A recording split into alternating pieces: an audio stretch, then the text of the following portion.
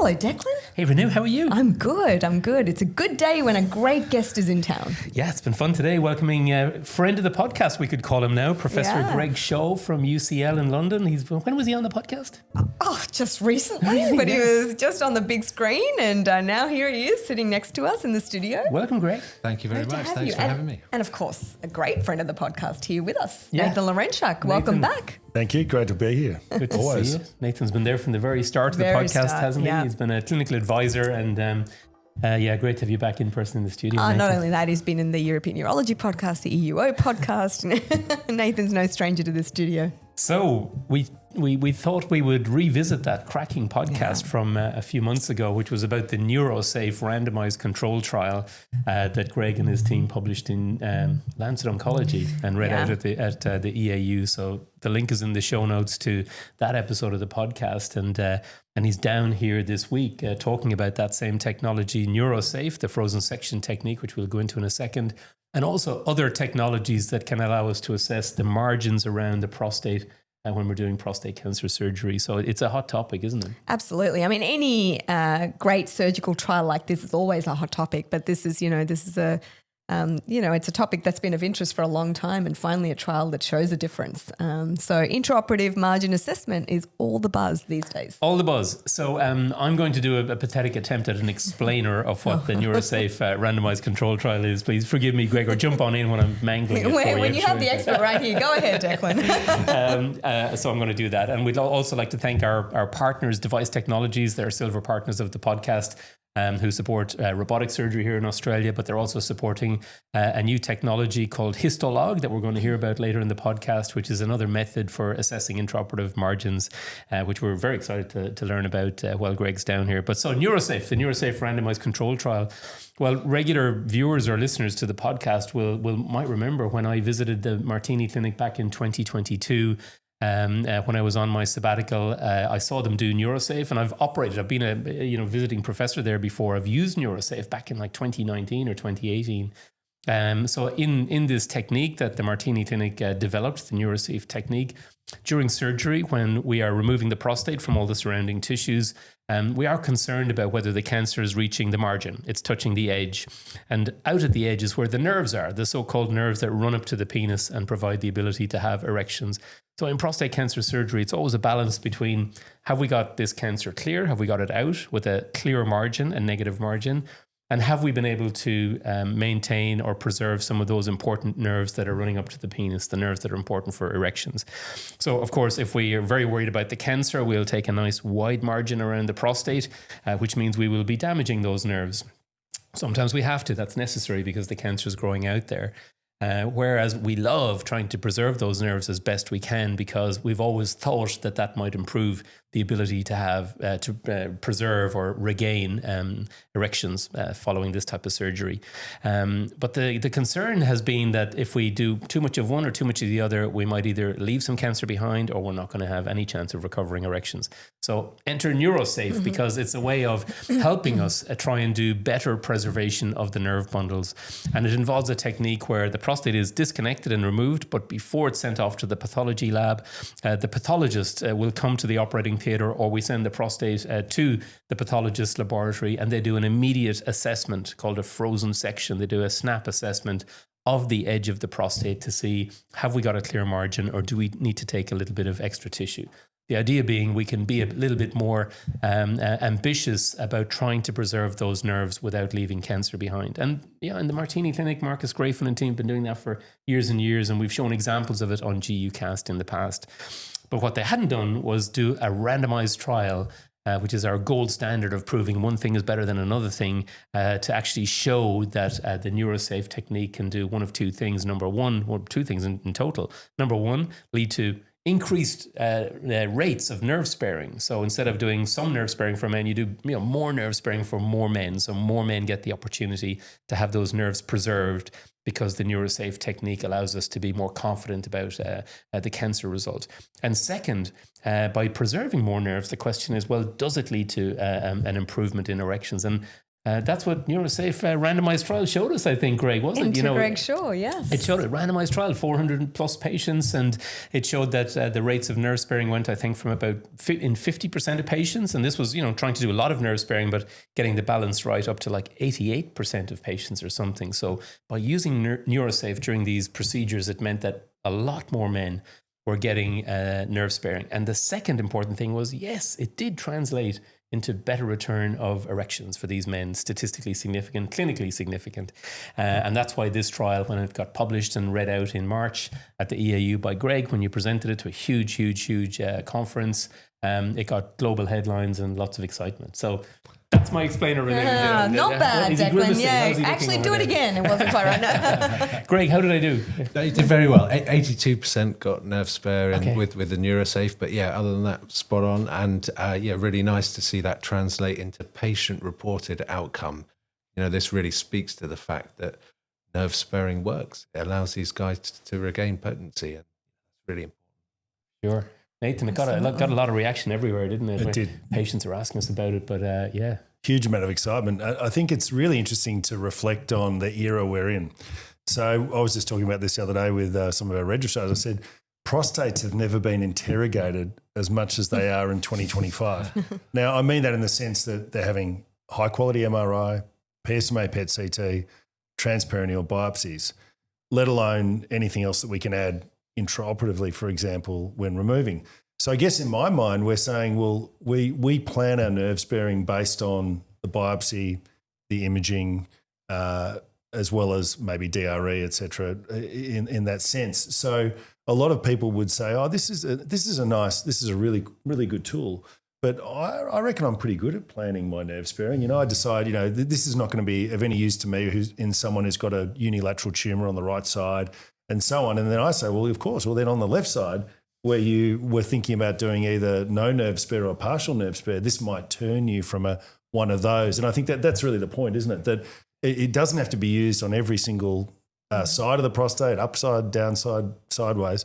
It's really about focusing on maybe turning the wheel a little bit on that part of the prostate that you may have been a little bit afraid to go close to. Would that be a fair assessment? Yeah, I think so. It gives you confidence. It gives you confidence to do a really aggressive nerve spare, get right up onto the capsule, because that's where the nerves are most densely aggregated, and you reap the benefits from that. And we do a lot of MRI planning, a regular meeting with consultant radiologists who specialize in doing this, and they tell us when they think it's safe to nerve spare, and they're usually right.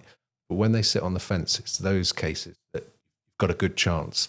And getting that feedback during the operation that you've not caused mayhem by doing a nerve spare, that's really helpful. I mean, it sounds amazing, but let's talk practicality for a minute, right? Because we saw the Neurosafe in action, Declan, when we recently visited London to do our special podcast on single port robot surgery. Yeah. And it's not easy. It's time consuming, right? You remove a prostate, before you finish the surgery, you have to take it out of the body. You have to send it around to a pathologist who, cuts it up, prepares these beautiful slides. We saw this whole process and then makes an assessment of it. Sure. That takes time. It does. And it's probably too much for many centres. We found this during the course of the study. So when we were setting up, we managed to open in 5 UK centres, but we spoke to far more than that. We spoke to about 20 centres, big academic centres. Do you want to get involved with the study? Sorry, we can't, because we don't have the pathology support to do it, or the geography makes this impossible. My pathologist is 30 miles away. So, there are barriers. There are real barriers that mean, and perhaps this speaks to why Neurosafe has been around for 20 years and it hasn't really become mainstream. There are barriers that mean that some centres just can't do it. And actually, during the course of the study, we started thinking, if we show that this works, this intraoperative margin evaluation, get these guys to be potent, how are we going to roll it out if there are these barriers? Started thinking about alternatives. We're going to get to that. So in your study, how many extra minutes did it add? Because you have a randomized study. This is the normal plan, and then you can measure. So it was about like 40. It was 43 minutes. That's and that was fine-tuned as much as we could. That was, a very fit, healthy fellow on his bike. I was just going to say. On his bicycle. Owen his Deneen, the bicycle. first author, our fellow, literally hopped on his bike with a prostate in the back and cycled across London to... And that was, at 43 minutes was about as good as we could get it. The geography, but it takes time. You've got to have expert technicians cutting through the snap frozen tissue. You then got to stain it in the normal way with H&E. And then it's got to be put onto slides and interpreted. It's labour intensive. Nathan, if we were doing it here in Australia, how much time do you think it would add? Because most prostatectomies in Australia, just to explain, are done in the private system because we have a lot of private insurance. So we've reported before 75% of all prostatectomies are in the private system. Yeah. So that usually means the lab is it's outside the hospital completely. So I think it's going to be a practical issue that may be unsolvable. I was just going to ask Greg, so what about you get the message back from the lab, oh, there's tumour. How much longer did it add to go back and take more tissue? And did you take the whole bundle or part of it? Or So we thought long and hard about this when we did our feasibility work and our analysis on that. In the feasibility, we had done some partial resection. What we found was it was so variable what was coming back to the lab. Some people were taking a couple of millimeters squared. It's very difficult to believe that correlated to the site of positivity. So we erred on the side of what we knew, which is the published protocol from Martini. So we did full ipsilateral neurovascular bundle resection, Denon-Villiers across to the midline for every case where we had a significant margin. Now, in order to sort of temper that, because we'd have been taking out a lot of full bundles, we allowed small, low-grade margins. So if it was just in one section, less than 2 millimeters, and just low-grade tumour, then we would leave the bundle in. We don't think those margins are significant. And the other thing is, Greg, do you think there's a possibility in your mind's eye before the surgery, I'll do a partial nerve spare? Is there a possibility by being more aggressive, you've then had to go and do a complete nerve spare on that side? And of course, that we're not going to have the data to see if that translates into functional outcomes. But is that a possibility that you sort of robbed an opportunity to do a partial nerve spare? If that makes sense. So I've heard the criticism of Neurosafe along that. It's too polar. You binary. You save the whole bundle or nothing. But actually, it's a tool, and we use tools to our best ability. On the planning sheet, if you've got a localized bit of T3, you might come out a little bit as you go up towards the apex, if that's where it's localized. So it's about doing as much as you think you can, checking that's safe, sparing as much nerve tissue as possible.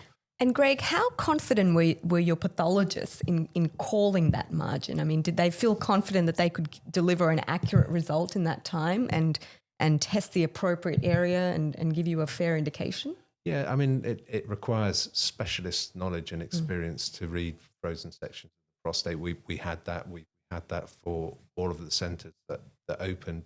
But again, that may not be universal. Yeah, and it's certainly, it's not what the pathologists are used to looking at. Frozen section tissue, the quality is not so good as the whole mount specimen. And we bumped into one of your pathologists, Eamon Hayder. Eamon Hayder, when we were there. I think she was very involved in the project, wasn't she? And I know she listens to the podcast. Hi, Eamon, well done. Hello. So we've heard that, it's very exciting because the Neurosafe technique leads to more nerve sparing for patients, and that translates into better return of sexual function. So as clinicians, as full-time prostate cancer specialists, that is really, really important.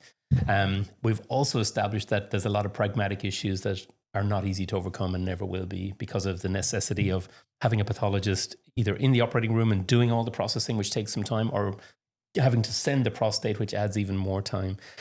So what we wanted to focus on is other technologies, Greg, that you have experience with your group at UCL. And we've recently had one of them approved here in Australia. It's a machine called Histolog, and it's a technique called confocal microscopy. So that's what we want to focus on for the remainder of the podcast. Talk a little bit about confocal microscopy and the Histolog machine in particular, because we now have it here.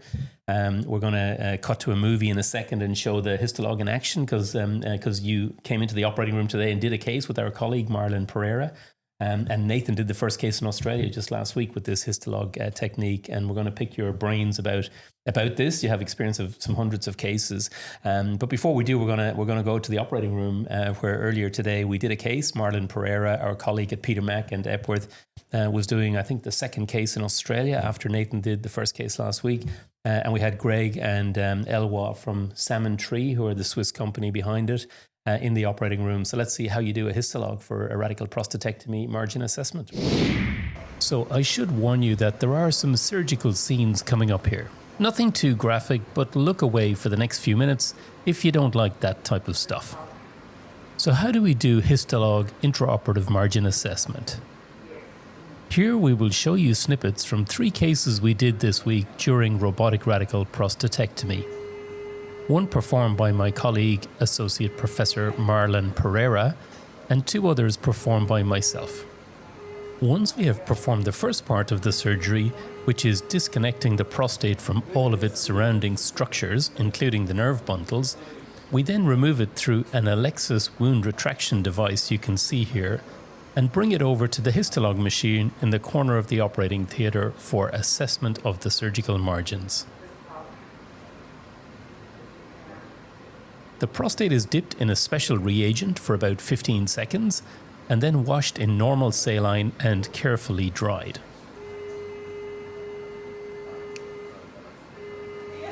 Then it's ready to go. Simple as that. The prostate is placed on the histolog machine you can see here, which then performs rapid assessment of whichever surface of the prostate is of interest. So this bit with the live, we want to position it on its side. Within 60 seconds or so, these confocal laser microscopy images are generated, and we can inspect these by zooming in on the screen, as you see here, and examine the images, particularly looking for areas where the cancer is coming close to the margin of the prostate. You can zoom in. You get these little linear structures. This looks like a blood vessel. And that's essentially the markup, and you save it with the markup there. The level of detail is really quite impressive, and there is an excellent library of training images prepared by Greg Shaw and other collaborators to help us understand these appearances. The whole assessment just takes a few minutes, and if necessary, further adjacent tissue can be taken if assessment of the margin is concerning for residual cancer. The idea is that we can do more thorough preservation of the nerves around the prostate without compromising a good cancer result. Here I am working with Salmon Tree expert Elwa, who is demonstrating the right anterior part of the prostate, which looks good here and turned out to be fine on final pathology. In another case you can see me doing here, I am joined by one of our expert pathologists, Dr. Andrew Ryan, who is also examining the prostate using the histolog device. So Greg, we're here in the operating room at Epworth, and you've just been helping us do a histolog case. Seems extraordinarily easy, you know? Yeah. Even for, especially for simple surgeons like us. Wow. Prostate comes out, bit of dip in this, bit of dip in that, pop it on the machine, and hey presto, I mean, the images are incredible. Yeah, it's plug and play, foolproof. It's really straightforward, and that was our experience. We were very excited when we saw this because we have used alternatives and it's really fiddly. You have to calibrate the machine. This thing's so robust you can wheel it around, move it between operating theatres. There's no calibration. It's got a beautiful big objective lens. It's the only fiddly bit is orientating the specimen, but that takes a little bit of practice. You can use the malleable weights, and yeah, it's very easy, very quick.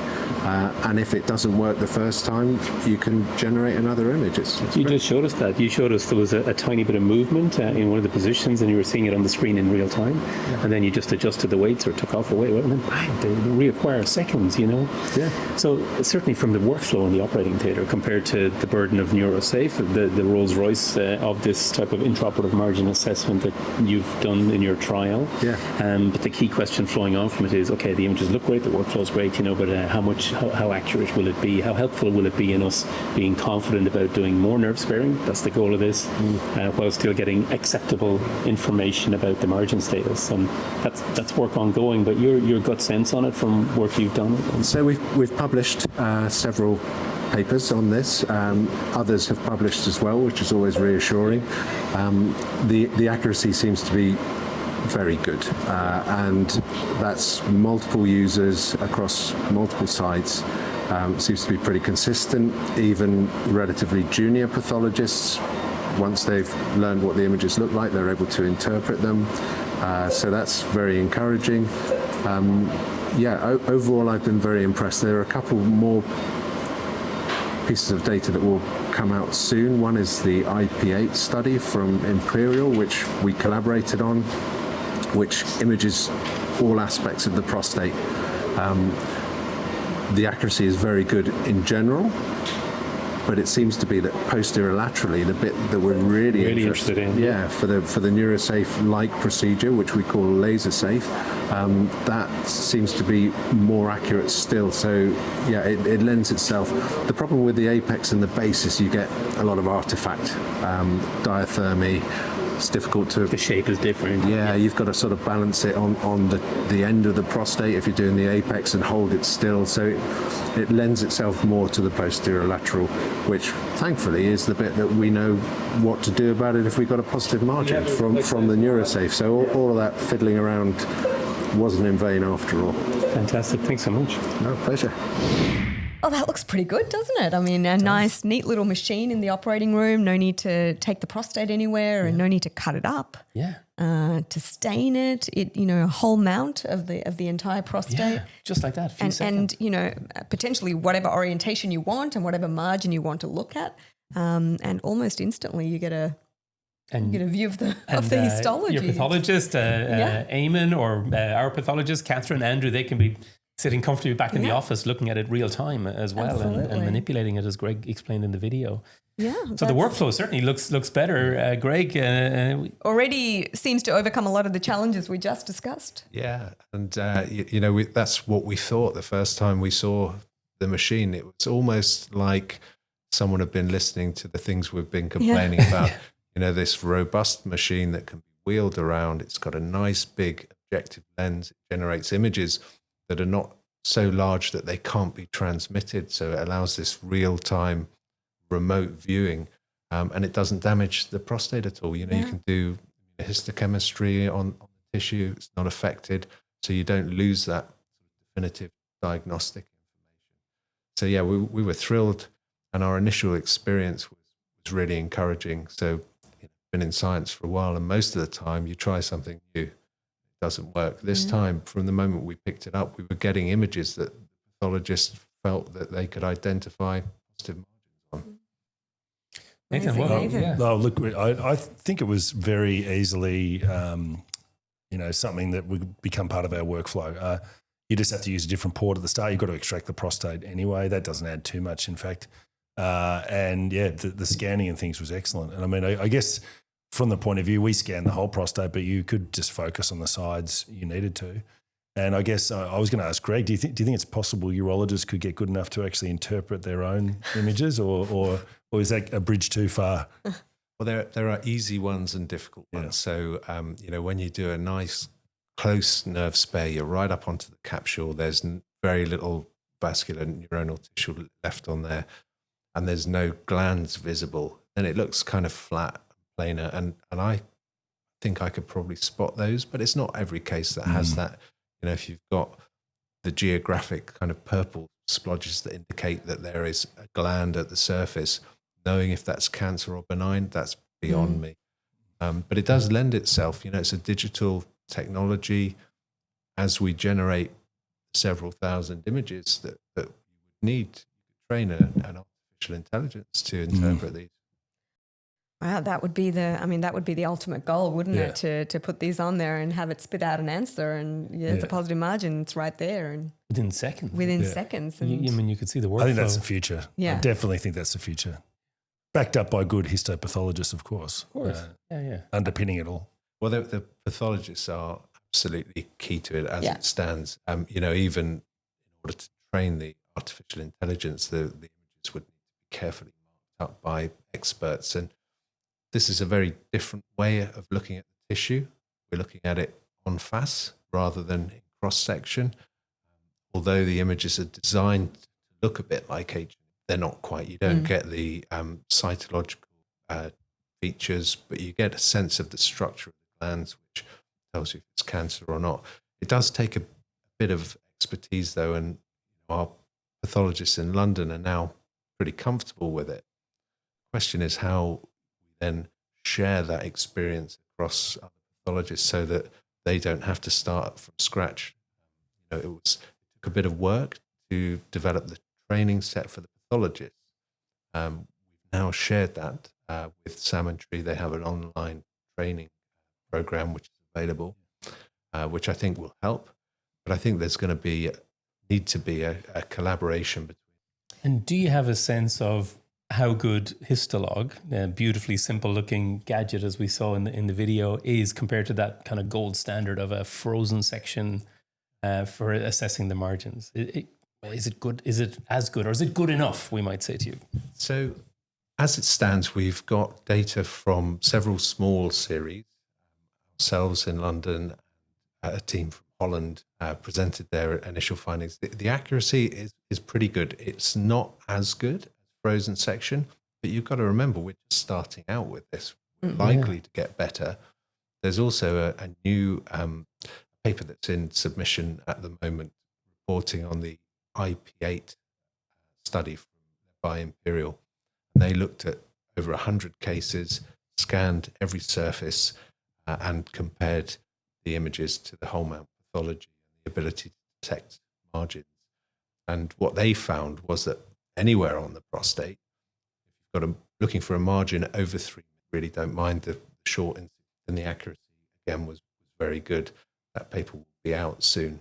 The other thing that was interesting from the paper, the feedback from the pathologists, is that when you're looking at the apex and the base, it's quite difficult. There's often artifact, cautery, other types of tissue. It's difficult to get the surface to sit flat on the scanner, whereas posterior laterally, it's relatively straightforward. So I think that speaks to me about how we might use this tool. And our approach is to try and emulate Neurosafe, we call our method. And Nathan, so you did the first case in Australia last week, and supported by Device Technologies and Salmon Tree. You've set up a sort of prospective registry to capture these cases under the E.J. Whitten Foundation, the research institute that you lead at Epworth Healthcare, our big provider here in Melbourne. So tell us a little bit about that, or what the plan is. So case number 1 last week with you, case number 2 with Marlon. Dan Moon's doing a case tomorrow. I'm doing a bunch of cases next week. So we have a plan to do some prospective assessment and contribute to this international registry that Greg was telling us about. Absolutely. Look, there's always a lead-in phase, and you've got to do at least 5 cases to get comfortable with it, preferably 8 or 10. And then we will start prospectively looking at this, recording all the data. We've coined the HERO trial, which is Histolog Enhanced Radical Prostatectomy Outcomes, and obviously looking for clearer margins and better functional outcomes. So we're excited about that, and I think it's great to be part of that. And Epworth's always led the way, particularly in Australia, first place for robotics, first place for a lot of things. So we think, the Histolog fits in nicely with that. And I think that will also give us an understanding of the feasibility and the timing and things like that. So as you know, in these busy private hospitals, no one wants to be delayed for afternoon cases and things like that. So there has to be some, some guidance around that and timing. So I think that'll be important. Excellent. Hero. Great. And, as we move forward and, the single port robot system becomes more common and more popular, it kind of lends itself to removing the prostate after it's free and taking it out through that beautiful port. The port's already in there. The port's already in there and it's ready to go. So it does make that much easier and much more feasible. But, when one technology arises, there's always others. When we were at ERAS this year, we saw those intra-operative PET scanners. Yeah.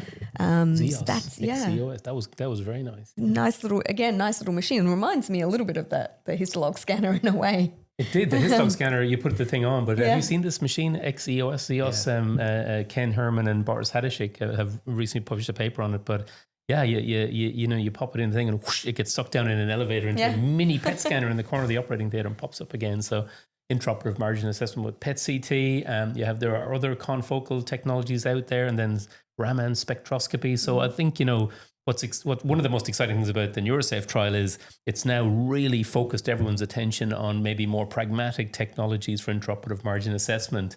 Because the value of it is and shown. Histolog looks like a great one to try, and it's not going to be very expensive by the look of it either. We all these things add a bit of cost, but it's not like it's going to be insurmountable. And if we can show it adds some value, we've got a good opportunity to sort of incorporate it without it being something that's just like we're never going to be able to incorporate Neurosafe, Nathan, are we? It's just not going to be impossible. No.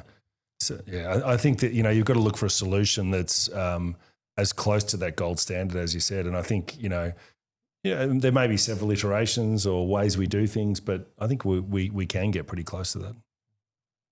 Very exciting. I love it. Yeah, absolutely. That's great. Well, thanks very much to Greg for coming down to Australia this week, talk about Neurosafe and talk about Histolog, and come into the operating room. And you're heading to Sydney tomorrow, where we've got a big conference and on single port robotics actually. But we're going to do a great session where we include your talks on intraoperative margin assessment with Neurosafe and Histolog, which we're looking forward to. It started quite a wave. It's great. Yeah. Nathan, congratulations again on the HERO trial. The HERO trial, here we go. Enhanced radical prostatectomy outcomes. Yep, yeah, that's it. That's great. Well, so we can you be already heroes. have a logo. It's good to go. I know, we can all be heroes. We can all be heroes. Renaud and Declan and Greg. Very good. Great. Well, look, heroes to our patients anyway. Well, that's the whole point. And so it's exciting to be able to offer some That's what it's all about. And look, for me as a full-time prostate cancer surgeon, I even when I came back from your talk in Madrid and the Lancet paper, Greg, I immediately started every single case I was doing saying, can I do more nerve sparing on this case? Because it's so tempting to say what you showed in Neurosafe is more nerve sparing leads to better outcomes for patients. So all we need to do though is just still make sure we're not going to have like really big positive margins and increase the chance of patients needing additional treatment and so on. But I think that's why 2025, it feels like a watershed to me that whether it's actually doing Neurosafe, if you can do it in your hospital, great if you can, or these other technologies, if they work, it means more patients are going to get nerve sparing and that is going to lead to better outcomes. So good news, I think. Good news, for sure. Great. Well, look, that's all we have time for. Greg and Nathan, and the two of us as well, are about to head up to a big dinner meeting here in Melbourne this evening, where I think everyone who does prostate cancer surgery in this city of 5 million people are coming to listen to Greg talk about it tonight. Greg and Owen Deneen, our fellow who's doing a talk tonight, and we're excited about getting this going. So thanks again to our friends at Device Technologies, partners of GUcast, for supporting Greg coming down here and for supporting this podcast. We'll be back soon again with more.